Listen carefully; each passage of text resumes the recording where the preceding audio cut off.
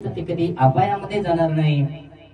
जे दुसरं ठिकाण आहे, ज्या ठिकाणी सिद्धार्थ बोधिसत्वाने सम्यक संबोधीचा साक्षात्कार केला ते बुद्धगया, ज्याने सर्व प्रकारच्या माराला पराजित करून बुद्धत्व प्राप्त केलं, दुःखातून मुक्त होण्याचा मार्ग ज्यांनी शोधला, त्या ठिकाणावर एखादी उपासक उपासिका श्रद्धायुक्त चित्ताने जाऊन तिथे वंदन करेल, ते कधी अपायामध्ये जाणार नाही। का?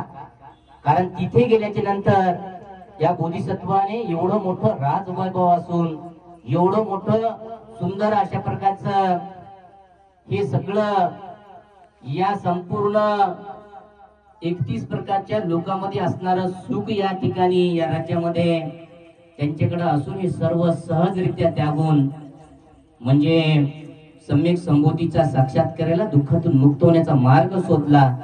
आणि दुःखातून मुक्त होण्याचा मार्ग शोधला तर या जगामध्ये दुःख आहे आणि या दुःखाचं सारखं आणि सारखं समुदाय होत आहे।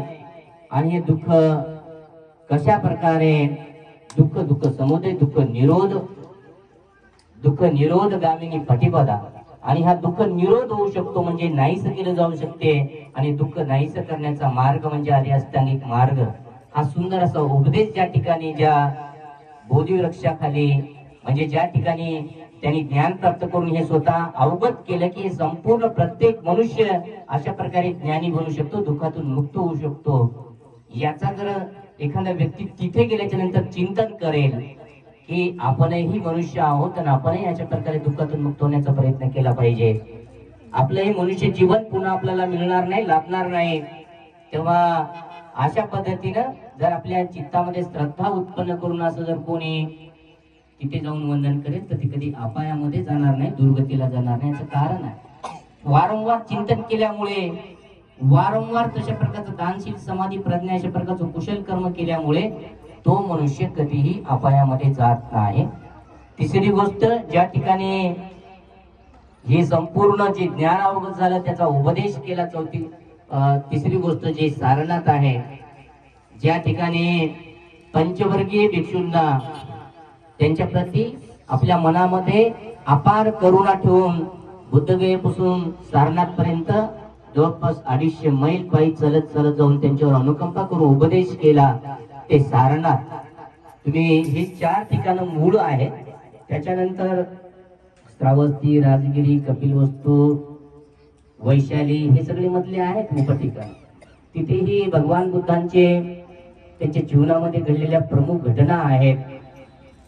म्हणजे जिथं जे काही सारनाथ आहे तिथे प्रथम उपदेश केला, जगामध्ये संपूर्ण जगभर प्रथम उपदेश म्हणून धम्मचक्र प्रवर्तन सुद्धा जगाला ज्ञान घेण्यासाठी भगवान बुद्धांनी तिथे उपदेश दिलेला आहे। तिथे गेल्याच्या नंतर ते उपदेश तिथे तुम्ही पाहिला असेल तर बुद्धगयाला जाणाऱ्या महिला मंडळ त्या गोट्यावर कोरलेला उपदेश धम्मचक्र प्रवर्तन सुद्धाचा उपदेश तिथे एका गोट्यावर असा कोरलेला आहे, ते कधी मिटणारा नाही आहे।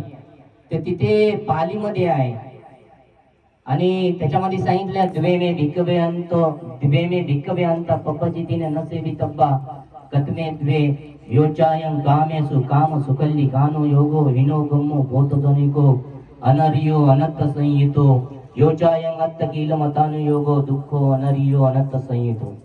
भगवान तथागताने सांगितलेलं की सर्व 2 असे मनुष्यांचे टोक आहेत, तिथे हा उपदेश दिला। मनुष्य म्हणून जीवन जगत असताना 2 असे टोक आहेत, या टोकाचा मनुष्याने कधीही अवलंब करू नये। एक आहे खा प्या आणि मजा करा, आपण एक दिवस मरणार आहोत, ही एक मानसिकता ठेवून जीवन जगणारी लोक आहेत। दुसरं, आपण मरणार आहोत तर या शरीराला क्लेश देऊन देऊन, नाना प्रकारचे उपास तपास क्लेश देऊन देऊन या शरीराला क्षीण करून मारणं, हे 2 मार्ग आहेत। त्या दोन्हीच्या मध्यम असणारा मधला मार्ग भगवान तथागतांनी शोधून काढला, त्याला मध्यम मार्ग म्हणतात, जे आर्य अष्टांगिक मार्ग म्हणून जगामध्ये जगप्रसिद्ध आहे। आणि म्हणून भगवान तथागतांनी सांगितलं की तुम्ही हे दोन्हीही प्रकारचे टोक न अवलंबता त्याच्यामध्ये जे काही मध्यम मार्ग आहे त्याला सम्यक मार्ग म्हटलेला, मध्यम मार्ग म्हटलेला आहे, तो आर्य अष्टांगिक मार्ग ज्या आर्य अष्टांगिक मार्गामध्ये